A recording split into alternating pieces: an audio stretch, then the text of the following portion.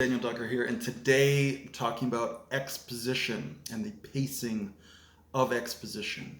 So what is exposition? Exposition is telling something to the audience, relaying facts to the audience so that they understand the characters and the plot and the context that the characters live in, and the context that your story is taking place within. A lot of new authors have this temptation of front loading the exposition. And some people will do that just in draft one, and that's fine as well. But you definitely want to smooth it out in future drafts. You want the exposition to happen as close to the event that exposition explains as possible, ideally. So if there's an inciting incident at the end of Act 1, you need to ask yourself as an author, what does the audience need to know to understand this inciting incident? So in Star Wars, for example, you could say the inciting incident is Luke's family getting murdered by the stormtroopers. It's a massacre at Skywalker Ranch. So if that's the inciting incident, what exposition does the audience need to understand why that's important and significant? They need to understand who Luke is. They need to care about Luke. They need to know who his family is, what his family means to him. They need to know something about his farm and where they live in that context. They need to know something about the evil empire and why they're so evil, and that they are an empire and that they have stormtroopers and they run the show. So there's like 5 things that you need to know before we can do this scene in a really effective manner. So as the storyteller, as the director or the screenwriter, or in our case the author, we need to take these 5 things and say, how can I relate this to the audience in the shortest time span before this point, but still parceled out into bite-sized little pieces. And if you can explain 2 things in one scene, then that's good, as long as it's natural and narrative and it's not just an info dump. So an info dump is when you explain too much, too fast, it's indigestible. You need to chew your food into smaller pieces in order to swallow it and digest it and extract the nutrients. So as an author, you should always be breaking down, what does the audience need to know to get to this point? Where can I explain that to them before we get there? And what's the shortest amount of time that I can do that in? And where's the closest opportunity to that moment that I can explain things so we don't front load the exposition? Usually the worst case scenario is a prologue that explains everything.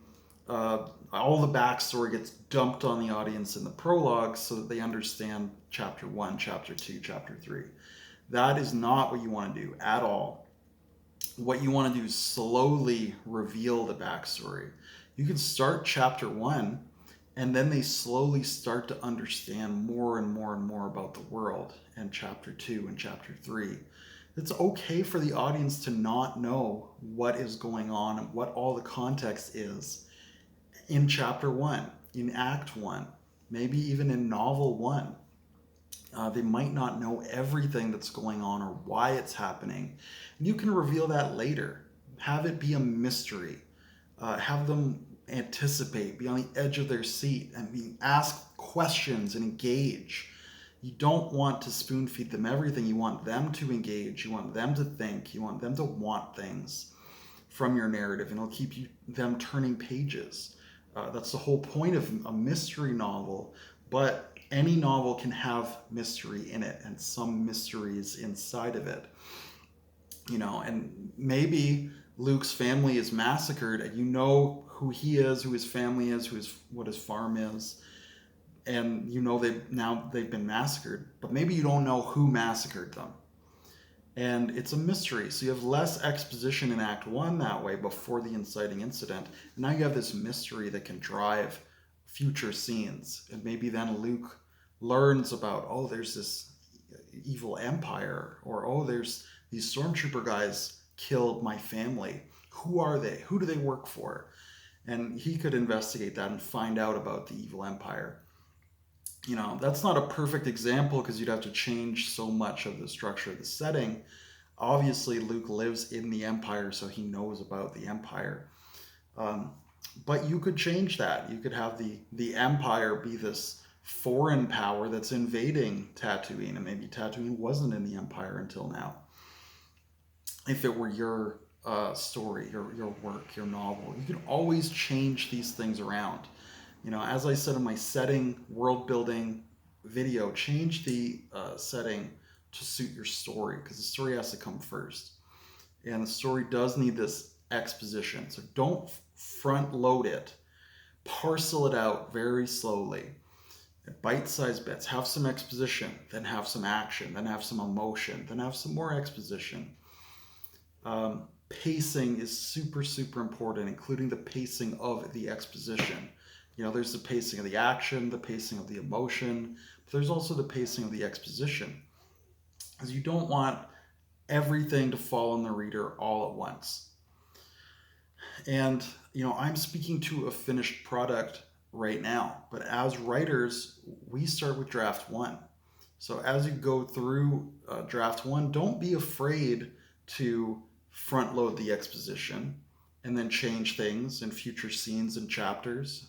Because in draft 2, you can go back. You're going to do your developmental edit, and you can say, well, this exposition isn't really needed till Act 3. So can I move it from Act 1 to Act 2, or maybe to Act 3? Get less exposition in the first act. As you draft, you can adjust that and fix that, adjust the pacing of your work. And of course, the style guide will help you with this tremendously. And I will do a video about style guides and what they are and how to use them. But even if you don't use a style guide, although you should, everyone really, really should, but even if you don't, you'll fix it in the next draft anyway. You know, your note taking will look differently if you don't use a style guide, but you can get there eventually. So don't be afraid to front load in draft 1, but also realize that that will increase your workload for editing. So if you have this style guide to have all of your people and places and events and everything, then you won't need as much editing necessarily. Sometimes you might end up needing it anyway. But by the end draft, the final draft, by the time your story is finished, you want the exposition to be very smooth throughout. So they learn things, and then those things become important, and then they learn new things, and then those new things become important. And this is the author, or this is the audience rather, not the character. Maybe the character's learning as the audience is learning. That's great. That's a wonderful device to use. It doesn't have to work that way. The character might know a lot of things that the audience doesn't know, and then you reveal as the author what the character knows. Reveal that to the audience. They don't need to see inside of his head to that degree. Or there may be things he just doesn't think about until they become relevant. So it's always tricky talking about something that will evolve, something that involves pacing, because it's so unique to each story. Some works can front load the exposition, and some can't. Sometimes there's not much you need to exposit on. Sometimes there's so much you need to exposit on over the course of your 3 acts that you just really need to plan and pace them better. And some authors will do this better than others as well. I think I do this very well. I'm really good at saving my exposition and not rambling. If anything, I add layers as I write, which I've said before. So my first draft's very light, it's very small, it's very fluffy. And then I add and add and add. And I only add what I need to add, what makes sense to add, so that, I increase my word count through drafts. But you can work the other way. Just recognize the end goal is a smooth trickle of exposition and information to your audience. So make sure you haven't front loaded it too much. And if you're a really good author, you can load more on the front. If your style and your prose and all of your other stuff is better, then you can do more with it, obviously. My prose is not super strong at the moment. I'm continuing to improve my prose. So that's probably one reason that I do things this way, because it would be very easy for me to get really clunky and really bogged down because I'm not amazing at prose. So I have to think harder about how I'm going to do everything and plan more about how I'm going to do everything. So that's impacted my style. So I think that's about it in terms of exposition. Think of what the audience needs to know to understand what's happening, and then explain it to them piece by piece, keeping your overall pacing in mind. And don't be afraid to do it draft by draft. Don't be afraid to use your style guide. Don't be afraid to fix it in draft 2. That's like my catchphrase. I never say it on camera, but anytime I'm on Reddit or giving advice or on Twitter, I always just say, I'll fix that in draft 2. Even when I'm writing, when I'm typing my story up, I'm like, oh man, this is a great idea that doesn't make any sense. I'm going to add it and update my style guide, and we'll fix it in draft 2. So that's my little ramble on exposition. Let me know in the comments below what you think.